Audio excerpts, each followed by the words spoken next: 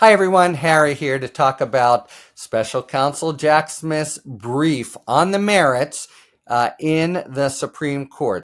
So, this is the actual brief for the April 25th oral argument. And remember, the court has ordered up a very particular question presented. They framed it, not the parties, and it's problematic for reasons we've talked about before. But the court has said the parties must address the question whether and to what extent immunity applies to a former president's alleged criminal actions. That alleged is a kind of an interesting snippet because it makes it focus on what's alleged in the indictment, and perhaps their disposition would really zero in on just what Smith has alleged.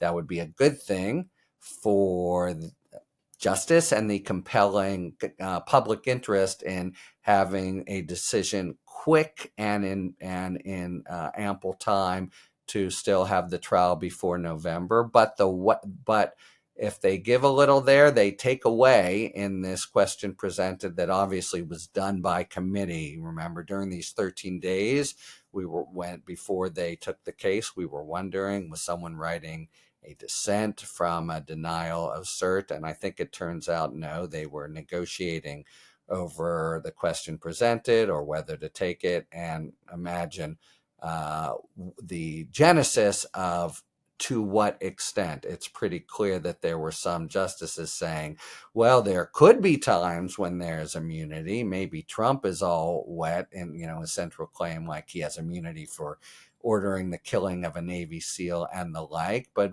do we want to be cautious here? And, there might be core claims, say, you are conducting a war and you order a bomb, could that be criminal, etc. So this, and to what extent, is mischievous because it sets up the possibility that the court would both no one, as I've said before, at the end of the day is going to hold Donald Trump immune, but they could reach extraneous questions that, like, for instance, there are circumstances where there may be immunity that might occasion a remand back down to Chutkan to apply. And it doesn't matter what the court says, Trump will certainly say, oh, that describes my case perfectly. Of course, I was conducting foreign policy or whatever. And the Chutkan would reject that. Court of Appeals would reject that. Even the Supreme Court would reject that. But those rejections, that trip back up the federal court system, would eat up, easily 6 weeks more or whatever, and we're down to virtually no time. So that, and to what extent, is very tricky, and I'll tell you in a moment how Jack Smith handles it.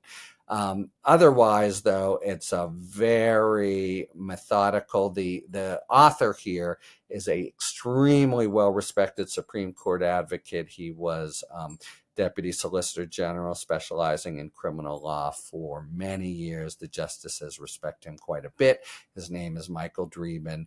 And he marches through in very methodical form and just basically, completely shreds the Trump argument.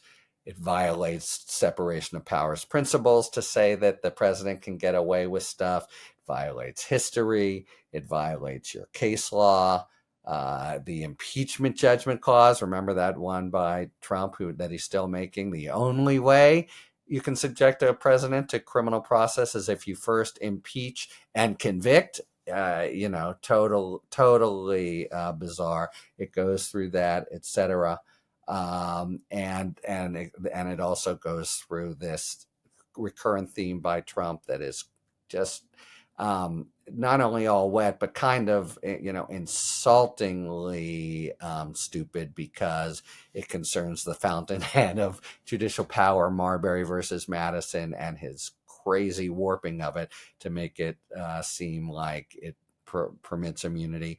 Anyway, so a very solid, methodical stamp down of all claims, and just basically in tandem with the very solid methodical stamp down in the Court of Appeals by a bipartisan panel that rejected it all. And that's basically echoing what they've said in forceful fashion.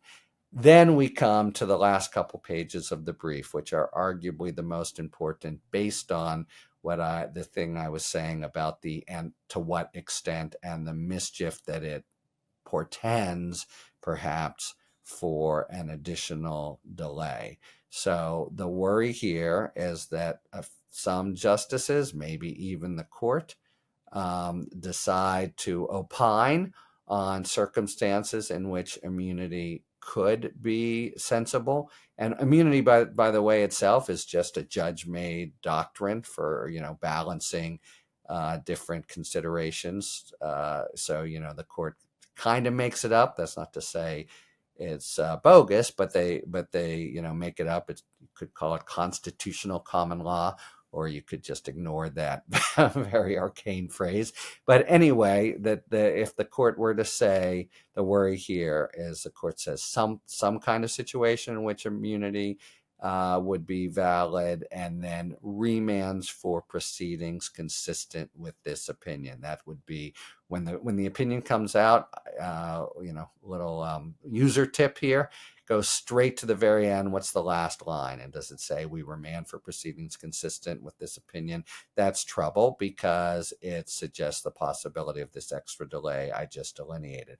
What Jack Smith says they should do instead, and can do instead, and they're being told this by someone they respect a lot, who knows, is to even if they have wandered astray and gone opined on situations that have nothing to do with Trump and a situation, they should remand for trial. Those are the three big words that are on page 46 of the Jack Smith opinion. Let me read them to you. In which they say you should permit the district court to make evidentiary and instructional rulings at trial.